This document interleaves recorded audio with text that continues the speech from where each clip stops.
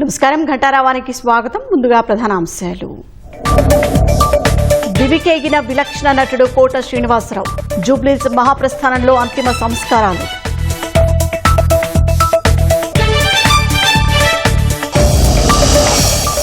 కోట శ్రీనివాసరావుకు సినీ రాజకీయ ప్రముఖుల నివాళి. చిత్ర పరిశ్రమకు తీరని లోటు అని ఆవేదన.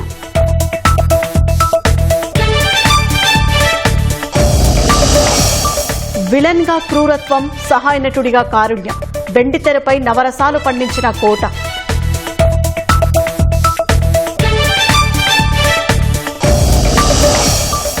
ఏపీ స్పేస్ పాలసీ ప్రకటించిన ప్రభుత్వం. అమలు కోసం సిటీ కార్పొరేషన్ ఏర్పాటుకు ఆదేశం.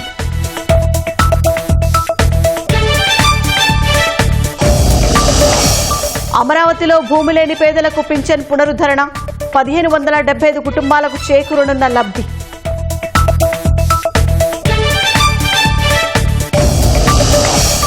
దేశవ్యాప్తంగా ఓటరు జాబితాల ప్రత్యేక సమగ్ర సవరణ. బీహార్ తరహాలో చేపట్టేందుకు ఎన్నికల సంఘం కసరత్తు.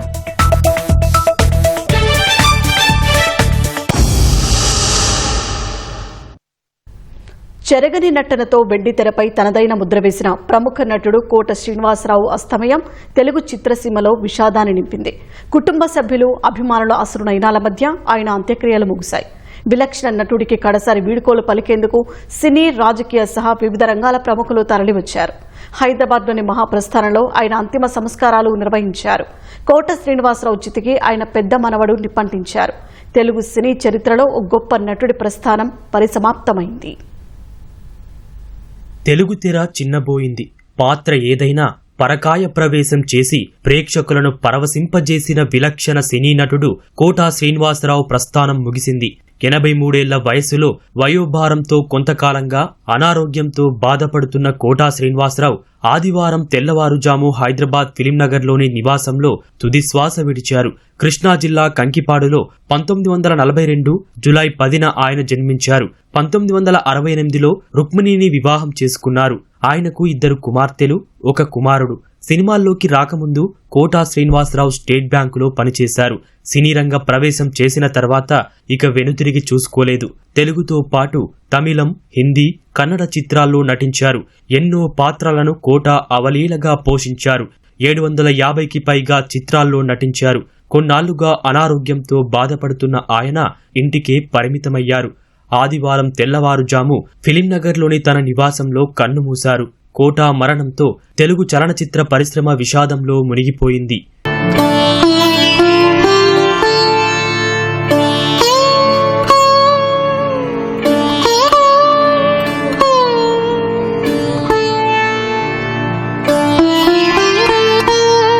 కోటా శ్రీనివాస్ మరణంపై యావత్ చిత్ర పరిశ్రమ దిగ్భ్రాంతి వ్యక్తం చేసింది. సినీ, రాజకీయ ప్రముఖులు ఆయన నివాసానికి చేరుకుని నివాళి అర్పించారు. ఆయనతో అత్యంత అనుబంధం ఉన్న బ్రహ్మానందం సహా పలువురు సినీ నటులు కోటా భౌతిక కాయాన్ని చూసి బోరున విలపించారు. ఆయనతో అనుబంధాన్ని గుర్తు చేసుకున్నారు. తెలుగు రాష్ట్రాలకు చెందిన రాజకీయ ప్రముఖులు కోటా నివాసానికి చేరుకుని నివాళులర్పించారు.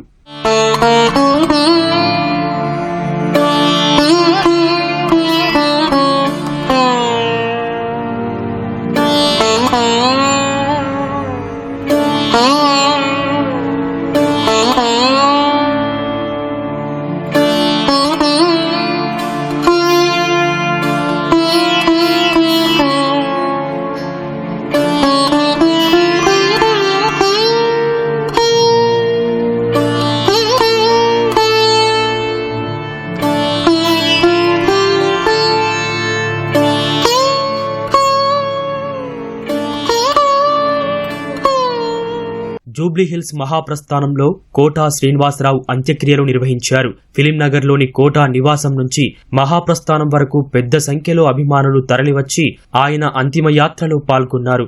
కుటుంబ సభ్యులు, సన్నిహితులు, సినీ ప్రముఖుల అశ్రు నయనాలతో తుది వీడ్కోలు పలికారు. కోటా శ్రీనివాసరావు చితికి ఆయన పెద్ద మనవడు శ్రీనివాస్ నిప్పంటించారు.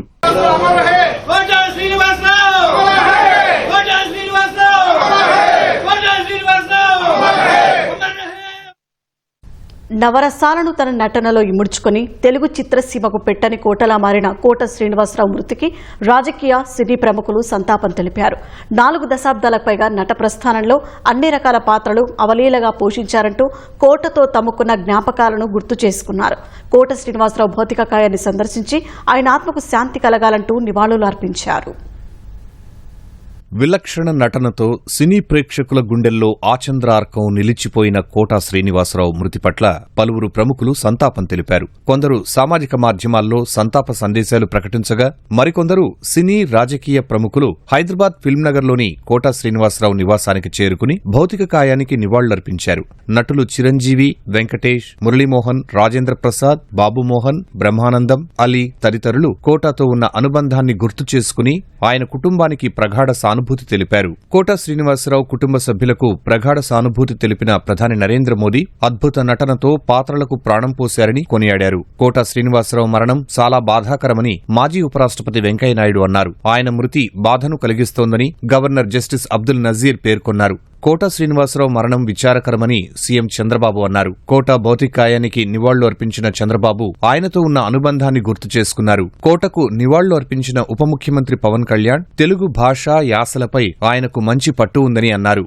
4 దశాబ్దాలకు పైగా సినీ ప్రయాణంలో కోట శ్రీనివాసరావు ఎన్నో విలక్షణ పాత్రలు పోషించారని విద్యాశాఖ మంత్రి నారా లోకేష్ సహా పలువురు మంత్రులు గుర్తు చేసుకున్నారు. కోట మృతి తెలుగు చిత్ర పరిశ్రమకు తీరని లోటని మాజీ సీఎం జగన్ అన్నారు. పీసీసీ అధ్యక్షురాలు షర్మిల కోట కుటుంబానికి సంతాపం తెలిపారు. తెలుగు ప్రేక్షకుల గుండెల్లో కోట తనకంటూ ప్రత్యేక స్థానం సంపాదించుకున్నారని ప్రముఖ నటుడు, ఎమ్మెల్యే నందమూరి బాలకృష్ణ అన్నారు. తెలుగు చిత్ర పరిశ్రమలో విలక్షణమైన నటనకు చిరునామాగా నిలిచారంటూ గుర్తు చేసుకున్నారు. తెలుగు భాషా పరిరక్షణ కోట శ్రీనివాసరావు తోడ్పాటు అందించారని ఎమ్మెల్యేలు మండలి బుద్ధప్రసాద్, బొండా ఉమామహేశ్వరరావు అన్నారు. కోట మరణం తెలుగు జాతికి తీరని లోటని బీజేపీ రాష్ట్ర అధ్యక్షుడు పీవీఎన్ మాధవ్ అన్నారు. విలక్షణ నటనతో ప్రేక్షకులను ఎంతగానో ఆకట్టుకున్న కోట శ్రీనివాసరావు మృతి సినీ రంగానికి తీరని లోటని తెలంగాణ సీఎం రేవంత్ రెడ్డి పేర్కొన్నారు. సినీ రంగంలోనే కాకుండా ఎమ్మెల్యేగా ఎన్నికై ప్రజాసేవలోనూ తనదైన ముద్ర వేశారని కేంద్ర మంత్రి కిషన్ రెడ్డి గుర్తు చేసుకున్నారు. కోట పవిత్ర ఆత్మకు శాంతి కలగాలని బీఆర్ఎస్ అధినేత కేసీఆర్ అన్నారు. సినీ రంగం గొప్ప నటుణ్ణి కోల్పోయిందన్నారు. కోట శ్రీనివాసరావు మరణం పట్ల పార్టీలకు అతీతంగా తెలంగాణలో పలువురు నాయకులు నివాళులర్పించారు. తెలంగాణ సినిమాటోగ్రఫీ మంత్రి కోమటిరెడ్డి వెంకటరెడ్డి కోట కుటుంబానికి ప్రభుత్వం అండగా ఉంటుందని భరోసా ఇచ్చారు. వివిధ రాజకీయ పక్షాలకు చెందిన నేతలు ఆయన భౌతిక కాయాన్ని సందర్శించి కుటుంబ సభ్యులను ఓదార్చారు. కోట శ్రీనివాసరావు గారు చనిపోవడం చాలా బాధాకరం. మొన్నటి వరకు చాలా ఉత్సాహంగా చలనచిత్ర పరిశ్రమకు ఎనలేని సేవలు అందించిన వ్యక్తి. 40 సంవత్సరాలు నటనంటే ఏ విధంగా ఉండాలనో నటించి చూపించిన వ్యక్తి కోట శ్రీనివాసరావు గారు. వారితో నాకు దగ్గర సన్నిహిత సంబంధాలున్నాయి. సమైక్య ఆంధ్రప్రదేశ్లో ముఖ్యమంత్రిగా ఉన్నప్పుడు గాని, తర్వాత ముఖ్యమంత్రిగా ఉన్నప్పుడు గాని, అదే సమయంలో ఆయన ఎమ్మెల్యేగా 1999లో నేను ముఖ్యమంత్రిగా ఉన్నప్పుడు బీజేపీ అలయన్స్ తో ఆయన ఎమ్మెల్యే చేశాం. ఎమ్మెల్యేగా ప్రజాసేవలో కూడా బాగా రాణించాడు. సినిమా రంగంలోనే కాకుండా ప్రజాసేవలో కూడా బాగా కృషి చేసిన వ్యక్తి కోట శ్రీనివాసరావు గారు. ఈ రోజు మనందరం కూడా ఆయన డైలాగులు చూస్తే ఒకే సీన్ లో ఏడిపించగలుగుతాడు, భయపెట్టగలుగుతాడు. అలాంటి అరుదైన సంఘటనల్లో అరుదైన నటనతో ఒక విలక్షణ నటుగా ప్రఖ్యాతి పొందిన వ్యక్తి. ఒక తెలుగే కాదు, తమిళ్, కన్నడ, హిందీ అనేక సినిమాల్లో 750 సినిమాల్లో నటించినటువంటి వ్యక్తి కోట శ్రీనివాసరావు గారు. ఆయనకు పద్మశ్రీ అవార్డు రావడం, ఇవన్నీ కూడా 7 నంది అవార్డు కూడా వచ్చాయి. ఈ విధంగా అనేక అవార్డులు కూడా వచ్చాయంటే ఆయన చేసిన కృషి, ఆయన యొక్క ప్రతిభే కారణం. అలాంటి ఒక మంచి నటుడిని తెలుగు రాష్ట్రాలు కోల్పోవడం చాలా బాధాకరం. చలనచిత్ర పరిశ్రమ కోల్పోవడం చాలా బాధాకరం. వారి కుటుంబ సభ్యులకు నా ప్రగాఢ సానుభూతి తెలియజేస్తూ వారి ఆత్మకు శాంతి కలగాలని భగవంతుని మనస్ఫూర్తిగా ప్రార్థిస్తున్నాను. అందరికీ కూడా ఒక కుటుంబ సభ్యుడు, నాకు ఇష్టమైన వ్యక్తి, ఏదైనా అభిప్రాయం చెప్పాలంటే నిర్మోహమాటంగా చెప్పగలిగే వ్యక్తి. ఆయన్ని చిత్ర పరిశ్రమ కోల్పోవడం చాలా చాలా లోటు, చాలా వెలితి ఉంది. ఇది నా మొట్టమొదటి సినిమా అక్కడమ్మాయి ఇక్కడ అబ్బాయి నుంచి అత్తారింటికి దారేది వరకు నాకు ఆయనతో మంచి అనుబంధం ఉంది. ఇప్పుడు 10 మంది బాగుని ఆకాంక్షించేవాళ్ళు.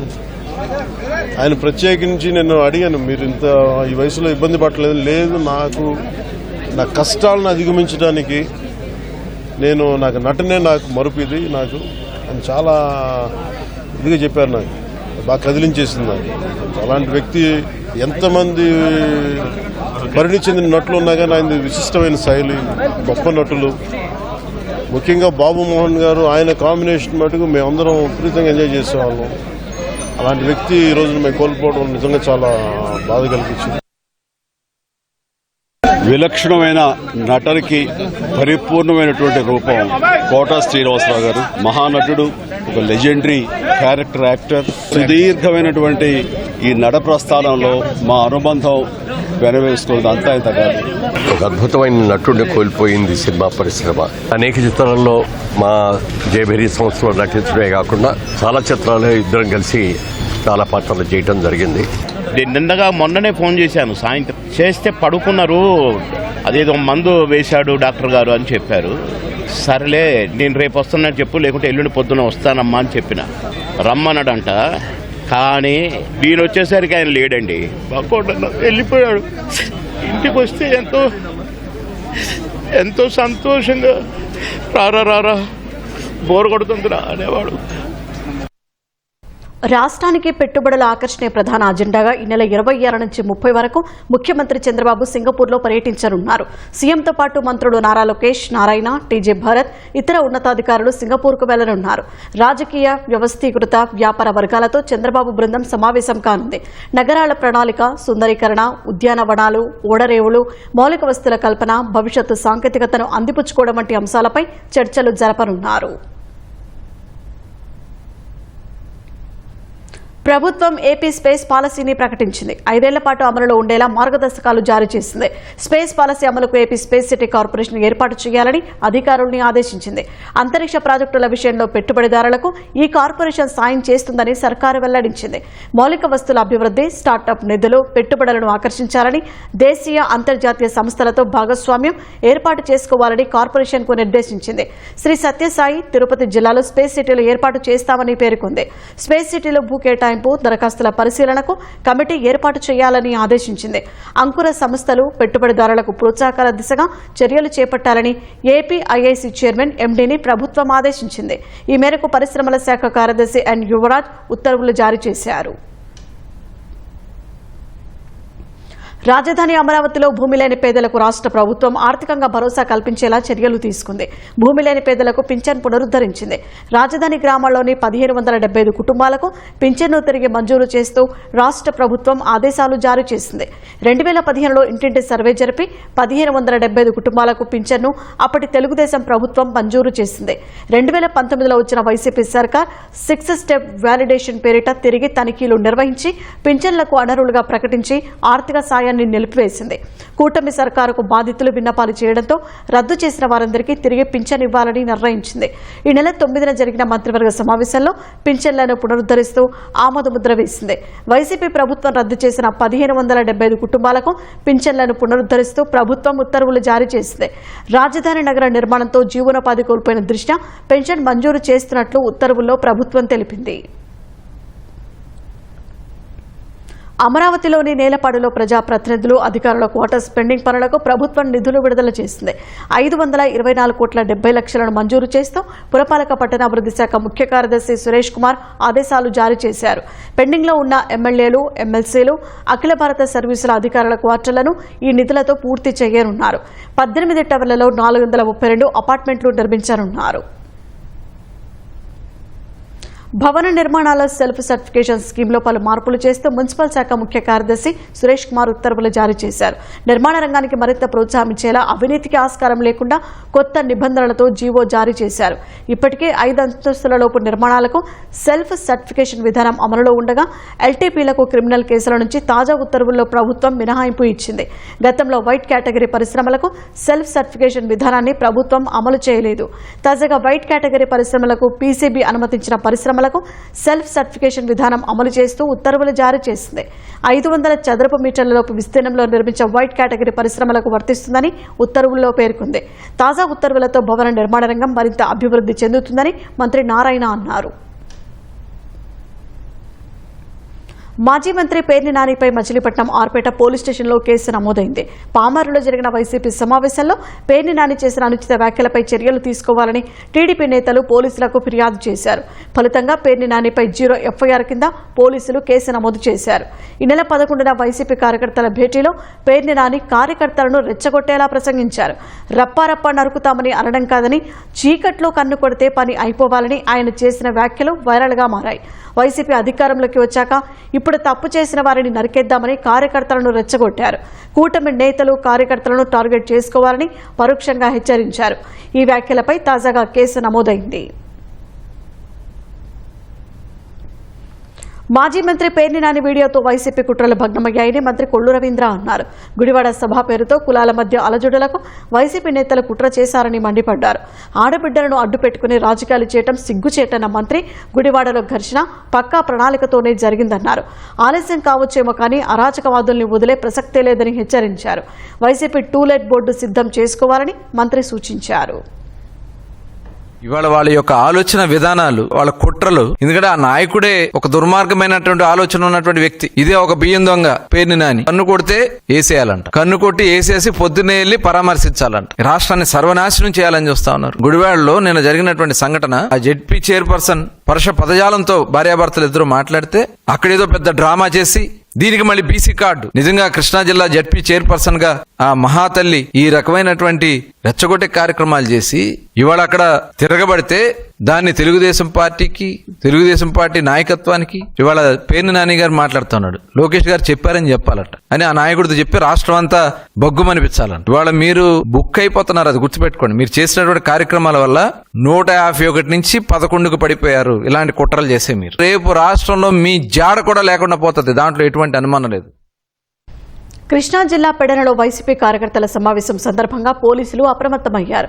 గుడివాడలో శనివారం జరిగిన ఘర్షణలు పెడనలో పునరావృతం కాకుండా పటిష్ట చర్యలు తీసుకున్నారు. కృష్ణా జిల్లా అదనపు ఎస్పీ స్వయంగా సభాస్థలాన్ని పరిశీలించారు.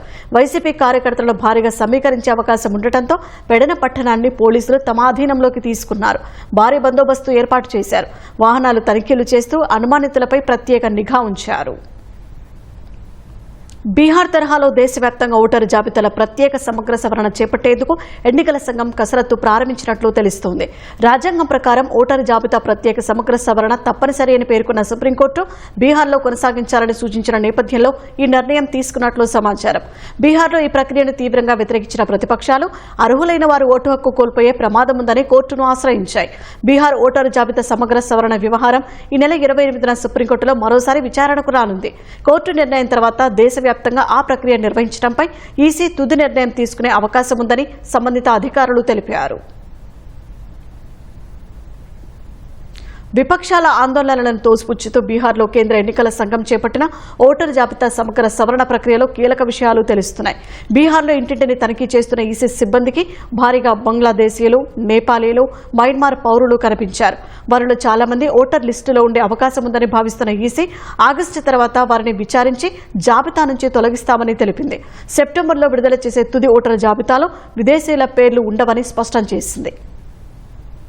బీహార్లో శాసనసభ ఎన్నికలు దగ్గర పడుతున్న వేళ కేంద్ర ఎన్నికల సంఘం ఓటర్ జాబితా సమగ్ర సవరణ ఎస్ఐఆర్ను చేపట్టడం దేశవ్యాప్తంగా దుమారం రేపింది. ప్రతిపక్షాలకు వచ్చే ఓట్లను తొలగించడానికి కేంద్ర ప్రభుత్వం కనుసన్నల్లో ఈసీ ఈ ప్రక్రియ చేపట్టిందని కాంగ్రెస్ సహా ఇండీ కూటమి పక్షాలు ఆరోపిస్తూ సుప్రీంకోర్టును ఆశ్రయించాయి. ఆధార్ కార్డును పౌరసత్వ గుర్తింపుగా పరిగణించకపోతే పేదలు, వృద్ధులు ఇప్పటికిప్పుడు కుల, నివాస, జనన ధ్రువపత్రాలు ఎలా తీసుకురాగలరని ప్రశ్నించాయి. పిటిషన్లను విచారించిన సుప్రీం ఓటర్ జాబితా సమగ్ర సవరణ రాజ్యాంగబద్ధమేనని స్పష్టం చేసింది. అయితే ఎస్ఐఆర్ కోసం ఆధార్ కార్డును పరిగణలోకి తీసుకోవాలని ఈసీకి సూచించింది. ఈ క్రమంలో ఎన్నికల అధికారులు బీహార్లో పర్యటిస్తూ ఎస్ఐఆర్ను చేపట్టారు. ఇంటింటి తనిఖీల్లో నేపాల్, బంగ్లాదేశ్, మయన్మార్ దేశస్థులు భారీగా బీహార్లో ఉన్నారని గుర్తించారు. వారి పేర్లు ఓటర్ జాబితాలో ఉన్నాయా లేదా అన్నది వెల్లడించలేదు.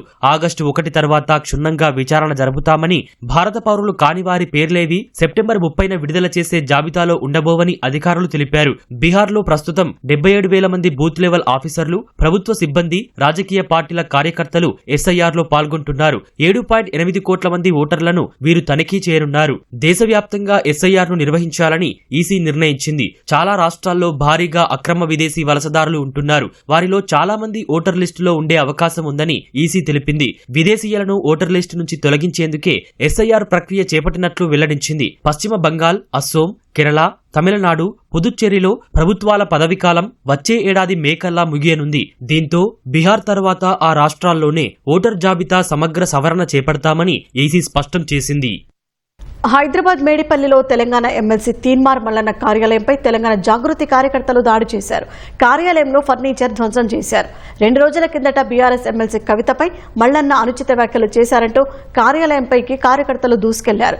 దాడి సమయంలో తీన్మార్ మల్లన్న అక్కడే ఉన్నారు. ఎమ్మెల్సీని కాపాడేందుకు గన్మెన్లు గాల్లోకి 5 రౌండ్లు కాల్పులు జరిపారు. మల్లన్నను పక్కకు తీసుకెళ్లారు. ఆ తోపులాటలో మల్లన్న చేతికి గాయమైంది. ఘటనలో జాగృతి కార్యకర్త సాయికి బుల్లెట్ గాయాలు కాగా ఆసుపత్రికి తరలించి చికిత్స అందిస్తున్నారు. మరోవైపు మహిళ అని చూడకుండా మల్లన్న తనపై హీనంగా విమర్శలు చేశారని తెలంగాణ జాగృతి అధ్యక్షులు కవిత అన్నారు. మల్లన్నపై చర్యలు తీసుకోవాలని తెలంగాణ మండలి చైర్మన్ సుఖేందర్ రెడ్డికి ఫిర్యాదు చేశారు.